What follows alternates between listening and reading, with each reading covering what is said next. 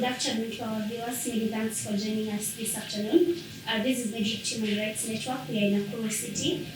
Today's conversation is about the second phase of the enhanced continuous voter registration exercise that is currently underway across the country. And my name is Kate Wanderi. I'm your host today. With me, I have the Independent Electoral Boundaries Commission Registration Officer for Nakuru Town East Constituency, Mr. Harold Juguna. Thank you very much, sir, for joining us. Karibu sana. I also have Catherine Lagat. She's a youth and women leader here in Nakuru County. She will be telling us about the turnout, in terms of youth turning out for the registration, women. So karibu sana, Kate. Thank you. So we'll get right into the conversation, and IEBC announced the second and final phase of the enhanced continuous voter registration exercise that started on 17th March and should be ending in 6th February. Yes. I believe there are a lot of people who don't even understand what the ECVR is all about. So maybe you can start us off by bringing our audience up to speed. What is this ECVR? What are some of the exercises that are entailed in the ECVR? Thank you, Kate. That's a good start. I just want to enlighten the viewers exactly what we are doing, where we are coming from, and moving forward what we'll be doing. As you all know, we had the first exercise, ECVR, Enhanced Voter Registration Exercise. Now, what is enhanced? Enhanced means where people are in terms of outreach and all that. So last year, October to November, we had the first ECVR.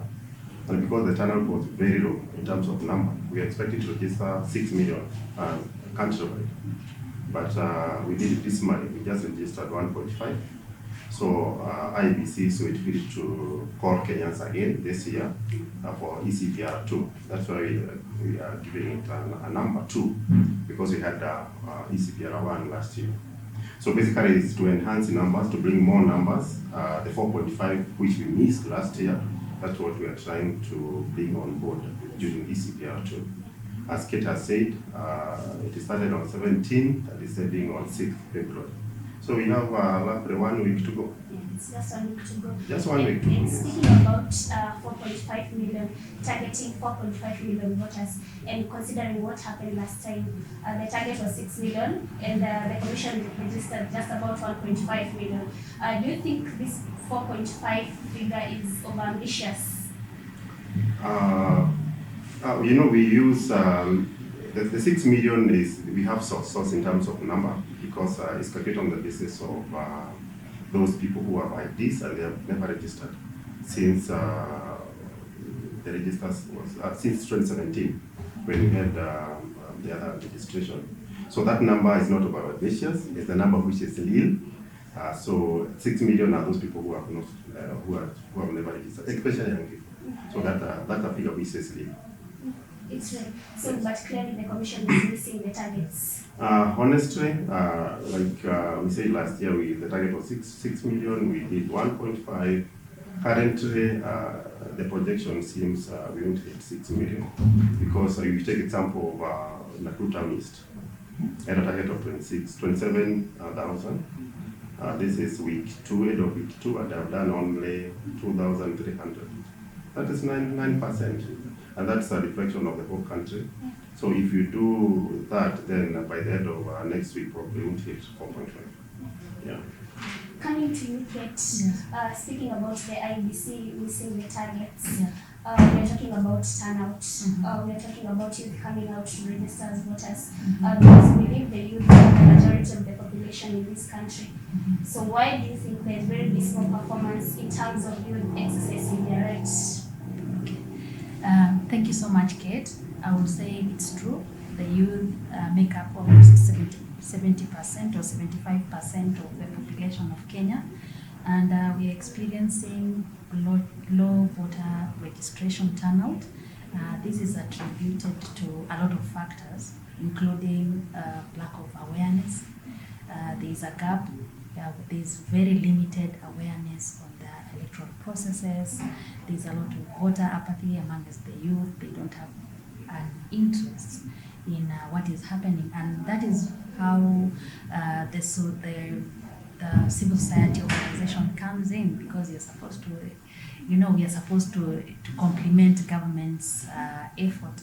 So we are still experiencing the low turnout. You will find that in some low-income areas in Nakuru Town East constituency, especially the areas of Kilobini, Nakuru East, we still have youth who do not have the legal documents. They have not acquired their identity, and they are already of age. You will also look at youths who are women. They are not registering as numbers, and there is a lot of factors associated with it. Number one, probably we look at the role they play, the gender role they play at home. You'll find that because of that decision making at home, you'll find that we've experienced women they don't have their original IDs. The men, the husbands are the ones who are the custodians of the document. So you'll find that we still have that cohort of women who are not registered as voters. Another issue that we're also experiencing is the limited education. They don't have access to information, especially the youths between the ages of 18 to 24 years.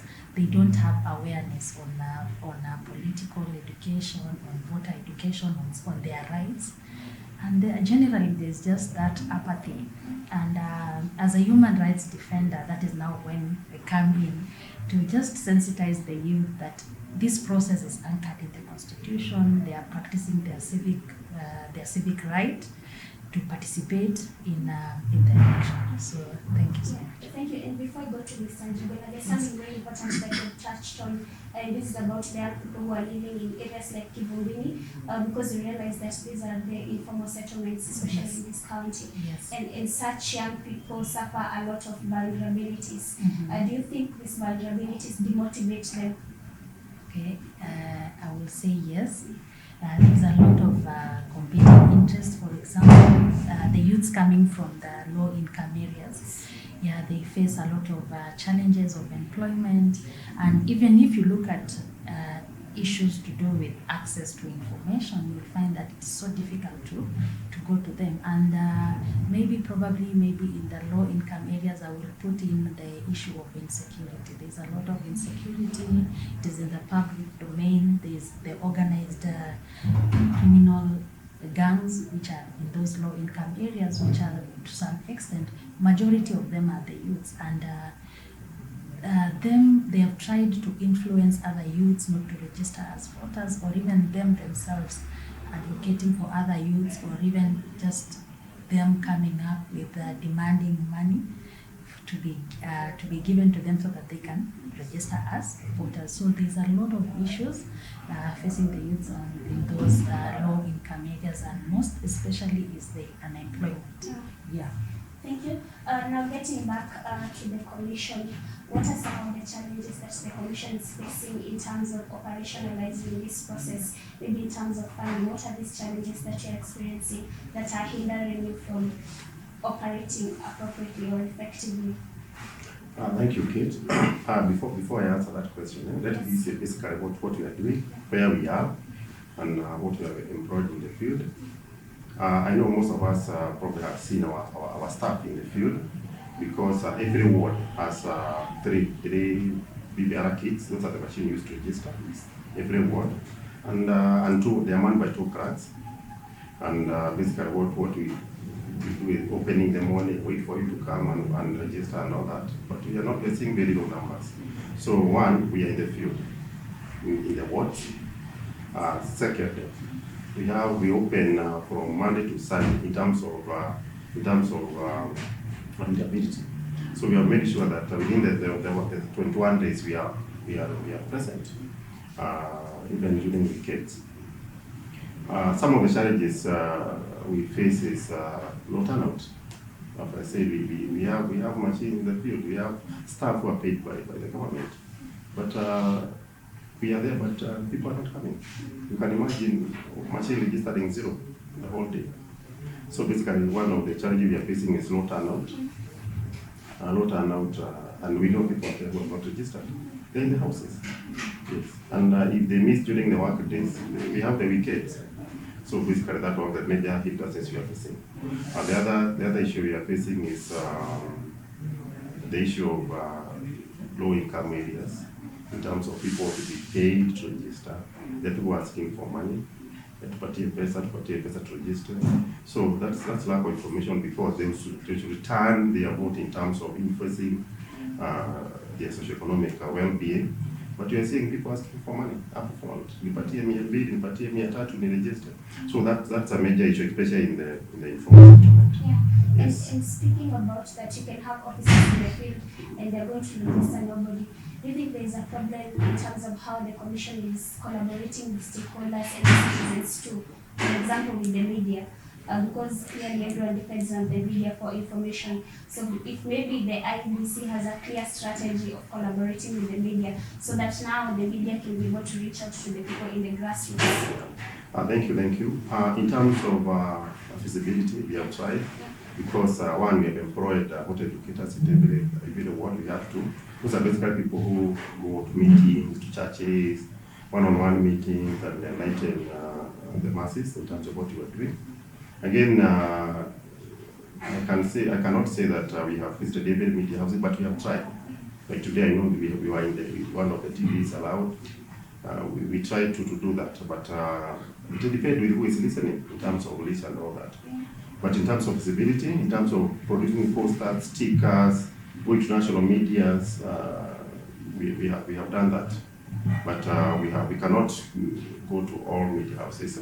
But we have, as a given country, we have tried to do that. Okay. Yes. And what do you make of this issue of identity cards? Because we are hearing everyone is calling out on the youth to come out and register, but you find that the requisite document that is needed to facilitate that exercise is still being withheld. What do you make of that? Thank you, Kate. In fact, let me say, you just need to register a passport. But there's so many youth who don't have ID cards. Either they have not registered to acquire one, or they have not corrected IDs. They are lying at the registrar's office. But I know government has tried. Like last year, there was a rapid, whatever they were called, a rapid initiative, just to make sure youths are registered. And some of the IDs are lying there. The people who were registered last year. So the link between IEBC and registrar of persons is a very strong link in terms of how we communicate and all that, because even the figures we get in terms of target, they're the one who give us. But we have a challenge in terms of those who don't have IDs. Yeah. Yes, and I know the registrar of persons know these challenges, but they are trying. Like now I know they have enhanced it, and basically probably before we finish what we are doing now, most of the youth will have IDs. Yes. Coming back to you, Kate, Yes. do you think there is an element of attitude or ignorance to the youth when it comes to participating in these democratic processes, because they feel there is no benefit?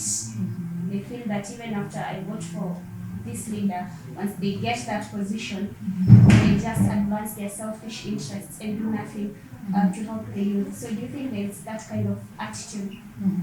I would say yes. As I mentioned, there is a lot of voter apathy, especially amongst the youth.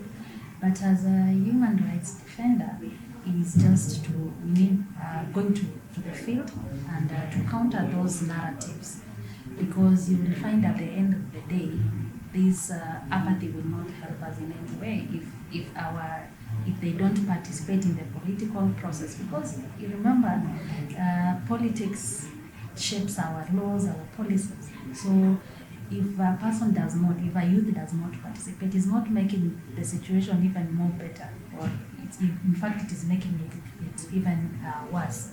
So what I will say is for the youths to just let us just try and be patriotic, love our country, because if our forefathers would not have done this, we will not be where we are today, because where we are is it has taken a lot of struggles, and through the voter apathy, the youths are sending a strong messages that they don't love this country.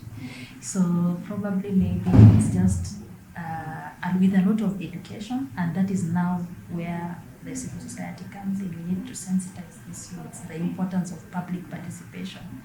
Yeah. Now, speaking about apathy, how do you think this voter apathy is affecting the democracy of the country? Okay, it is affecting the democracy of the country because the youth themselves are not participating in the electoral process, and that is where public participation starts with. Because for instance, if you look at there's always a lot of public participation forums. If you look at majority of the forums, they are attended by people who are 35 years and above. The youths are not interested, and that means even the issues the issues of the youths cannot be heard, because at the end of the day they are not represented. Yeah, even if you look at it, also starts with youths, the number of youths who have gone out there to be in elective positions. Yeah, so it means as a country we are affected because the youths are underrepresented. Thank you. Yeah. Thank you, Kate.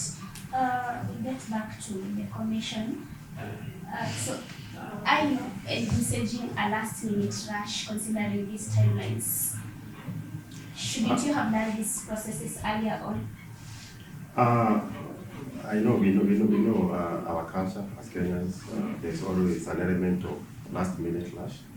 This being the last week, we expected the number to go a bit high, even last exercise, but slightly high, because today being on a Monday, then we have few days, but we're expecting an upward increase in terms of those who are registered, which is good for us, so that we can hit the target. Yeah. But in terms of timing, the other exercise ended in November, so we head on to December and a bit of early January to plan for this exercise. So we are within the legal framework in terms of when decisions should take place, because we should end registration by February. Yeah, 6 months before elections. Yeah, so we are within the legal mandate in terms of registration. Yes. And there's a question I asked you earlier about funding. Has the Exchequer facilitated you effectively? Yeah, we are fully funded in terms of this registration, because basically in terms of what we need is movement of the BPR kids, trainings, wages for the staff, and that is allocated. Yes. Yes. Young people want to be involved in politics. Yes. They are everywhere in political rallies, in political vehicles, but they have not come out to register as voters. What do you make of that? I will still go back to, it will go back to the youths being underrepresented, because at the end of the day, if you will not register as a voter, you will not participate. So at the end of the day, although now the youthful contestants, they face a lot of challenges in terms of funding and so forth. It is so difficult for youths to ascend to those elective positions because of the challenges of funding, the issue of culture, and so forth, the intergenerational conflicts. You will find that it is difficult. So at the end of the day, the youths are and still will be underrepresented. Yes. And speaking about special interest groups, because Yeah. we are talking about youth, we are talking about women, and we also have people who are able differently, I would say. How is their turnout this time around? What are these challenges that are making them ignore the process or be reluctant to these processes? Okay. Probably maybe Mr. Junguna will speak about the turnout of the special interest group, especially the persons with disability. But from my own observation is there's still a low turnout in terms of the special interest groups, and women, especially persons with disability, because of the issue of access. Yeah, some of the persons with disability need assistive device, probably maybe to move, the issue of mobility and so forth, and then also the issue of also culture, even information, probably maybe most of them are not aware that the registration exercises is happening. Yes. So what are the dynamics, Mr. Njuguna, in terms of the turnout from the special interest groups? We have tried as much as we can to link with those groups, the people who listen. Like the other time we had even those people interpreting for them, the deaf and all that. We have a kit at the Center. We had almost a full week where we engaged those people who cannot hear and talk and all that. And even this time we engaged them so that they can bring them for registration. So we have deliberately reached out to them so that they can be brought on board. But we are saying, because we are at the ward level, we require those people who are taking care of them, because we cannot know where they are, but the caregivers definitely probably hear where we are, they locate us, they bring them to us so that we can register them. Yeah. So that's a request, because we definitely want to know where they are living. Yes. Yes. And finally, before we get to the end of our conversation, maybe you can tell us some of the measures and mechanisms that the Commission is putting in place to ensure a free, fair, credible, and even peaceful general election. Thank you. I'll say that this election is a cycle, beginning with basically what we are doing. This is almost at the middle of registration, and we are deliberately making sure everybody register. Everybody means whoever has an ID or a valid passport has registered. And probably something I can add in terms of those people who cannot move, like the students, those people who are living within towns and all that. We have kids in Huduma centers and in universities and colleges, which are open to the country. You can register there. Even if you want to go to Mombasa, you can register at Huduma center or at the colleges. So that's a deliberate effort to make sure everybody registers so that they can participate. So in terms of making the election fair and accessible and all that, the first thing is making sure people register. Then educating masses in terms of understanding the process, electoral process, registration, voting, and all that, and making the exercise very open, and making sure the legal reforms is undertaken properly to make sure that everything which happens is done legally. So some of the things we have done, and even in procurement of things and all that, it's in the public domains, so that people can trust the process, and making sure even those people are buying understand the processes of buying, what they are required to give, what they are required to know, and all that. So it's an open process. Yes. Yes. If this will be your final submission, Yes. I just want you to convince that jobless young person in Kibumbini or Kaptembwa, that woman who has no job, has nothing, convince them on the importance of participating in these democratic processes and how this is going to transform their lives, or how they're going to contribute to the democracy of this country. Yes. Okay, thank you so much, Kate. Number one, I will say that public participation is a civic duty, and when you participate in elections, it means that you will be able to participate in a process, because this is a process whereby if you vote, it means you are determining who is going to lead you in the next 5 years. And as I already mentioned, politics shape our, they shape our policies, they shape our, they shape our laws. And if you look at the previous governments, when you elect a leader, they are able, you've seen the governments coming in and putting in agendas. If you look at the agendas of something to do with youth employment, if you look at issues to do with health, issues to do with education. So as a young person, going outside there to vote is your civic duty, is your right to go and participate. And we are not doing this for ourselves. We are doing this for the generations even to come. And it means that if you participate in elections, things are going to change. And just to mention that this politics is not about that the people are there at the national level. If you look at there at the ward level, if you elect a member of county assembly, a person who is transformative, it means that person, he or she is going to bring in development. Development can be realized or can be felt at the grassroots level. And for women, especially women face a lot of barriers in terms of access to information, in terms of patriarchy.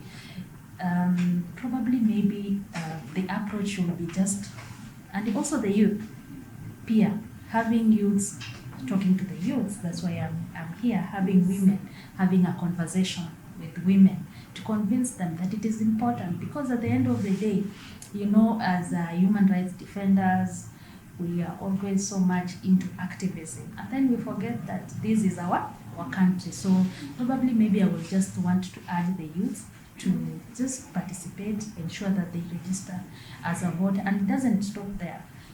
Also just educating. If you have fortunate enough to have the information, make sure that you give that information to another person. And also during the voting day, they should also be sure to cast their votes.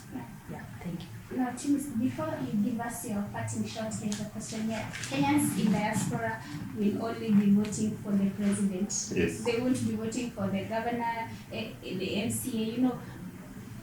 Help us make sense out of that. I think that's a policy issue, which has been set at the highest level of the commission. So basically, they'll be voting for the president. And what is happening now, they are registering currently. Yes. Yeah. So that's the highest level of a commission. It's a policy matter. It's a policy matter.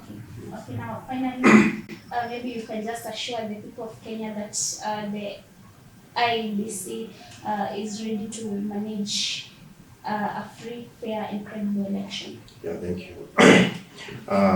Before even I answer that question, I want to tell the Kenyans that if you have not registered, we are not repeating this exercise. We have up to 6 for you to register as a voter, and this is your last chance.